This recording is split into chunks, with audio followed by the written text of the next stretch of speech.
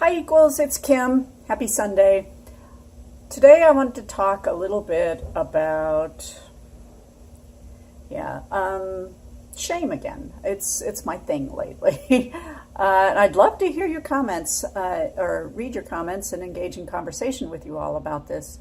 But one of the things, so we're still talking about young people in schools, LGBT young people particularly. This is inclusive of gender non-binary, gender non-conforming, bisexual folks, those folks who are not, exist on that continuum. So I like to think of it as this line, right? And it's actually a line that has several different axes.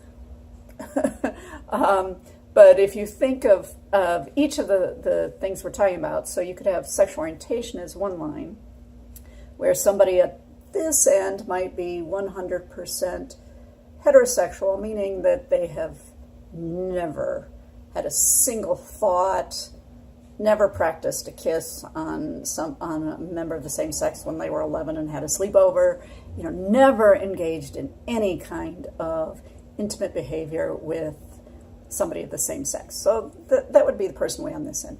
Then down here is the person who, same situation, never had a thought, never had a dream, never had an experience with anybody of the opposite sex. So now we're just talking sexual orientation.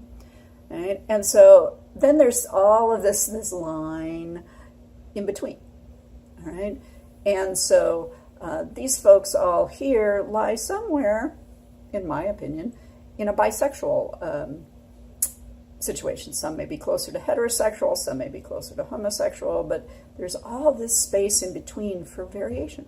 This thing that we're talking about, and of course, those with strong anti-gay religious, anti-LGBT religious beliefs are going to insist that everybody sit over here.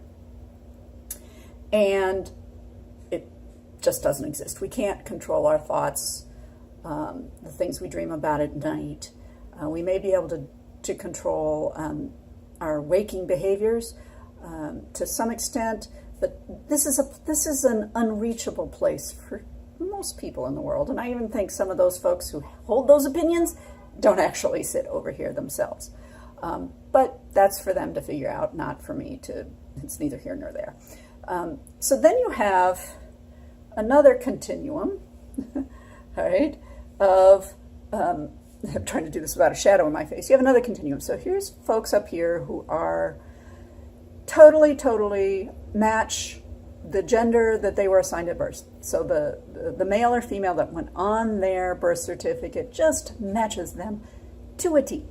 They are completely and totally, and they dress like, if they're male, they dress like, man's man, right? And if they're female, they're really girly dress. All right. So not only does their head match their body, but they're also very societally correct as to expectations and stereotypes.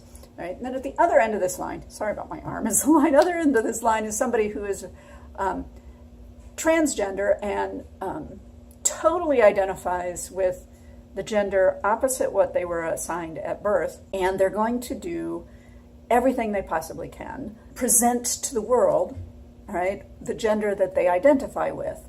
So if they were assigned male at birth and they identify as female, they're going to go do all kinds of surgeries, dress very female, all kinds of effort into presenting as a stereotypical female. And then there's the rest of us, somewhere along this line. And so certainly gender non-conforming, gender non-binary, androgynous, all of those kinds of, all of those kinds of identities fit somewhere from one to the other. It's a continuum. We are not always just one or the other. Some people are, and great, they don't have the same difficulties the rest of us do with, society's expectations about how we dress, how we are, who we are. And for them, life is a lot easier. And there's also, I believe, there's a continuum here of monogamy. Guess it's on a different angle. Some people are very monogamous. Some people just can't handle monogamy, and then the rest of us are somewhere in the middle. But anyway, different discussion for a different day.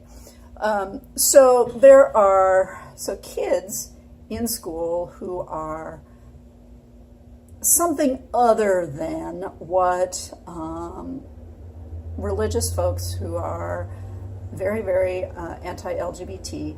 Now, they've adjusted their language lately. They're going to say they love LGBT people. But their way of loving LGBT people is to attempt to shame LGBT people into being, doing, acting in a way that this anti-LGBT religious person believes that they should. And it really doesn't have anything to do with what makes the LGBT person feel good about themselves. It's about forcing, in some way, shape, or form, the LGBT person to conform to this religious person's, particularly an anti-LGBT religious person's, view of what a man should be and what a woman should be. And it's, they'll quote the Bible or the Quran or whatever to back that up. In schools, sometimes teachers, janitors, principals are this anti-LGBT religious person. And they feel, or they've claimed to feel, that it is against their religion to treat the LGBT student, fellow teacher, staff member, whatever, with respect and dignity. And they want to claim a religious freedom right to shame the person, deny them a job, deny them the ability to congregate in the same way that other adults or children in the situation. They want to separate, they want to shame. They are using various forms of punishment, disrespect, not recognizing the dignity of the person, in a way to get the LGBT person to change, so that, thinking that the LGBT person will want approval from them in some way, shape, or form. This is a lot of struggle, especially when that anti-gay religious person, not all religious people, okay, but that anti-gay religious person is a parent or a coach or somebody that child really, really looks up to. And then that struggle when that child cannot, because remember, we can't control the things we dream about at night. And they understand that they can never live up to what this important person in their life wants from them. And that creates a lot of problems, and sometimes life-ending problems. So, do I think that anti-gay religious people have rights in the schools? Yes. They have the right to say how they feel about issues in general, but they don't have the right to aim that at a young person, because that makes that young person feel unsafe.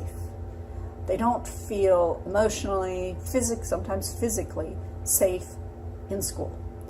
And school should be a safe environment. I know, I hear a lot of arguments from people who are like, well, we're coddling children and they should, we need them to toughen up and all of this. And to some extent, I'm not saying that they shouldn't hear opposing arguments, they just shouldn't hear it aimed at themselves. Like, you can't use that bathroom. I will never call you by that name that's important to you. I will never call you by the pronoun that you want me to call you by. That's personally attacking that child. And that's where I have the difficulty. Adults should want the best for a child. And I know anti-gay LGBT people believe that the best for the child is shaming them. I just happen to disagree. Let me know what you think in the comments. If you like this video, give me a thumbs up. Hit the red subscribe button. Hit the notification bell so that you get notified every time I put up a new video. This, I believe, I'm putting this up Sunday. Again, I'm traveling next week, so I'm trying to get some vlogs set up ahead of time. This will go up Sunday morning. Hope you've had a great weekend. Bye, equals. Remember, join the conversation in the comments.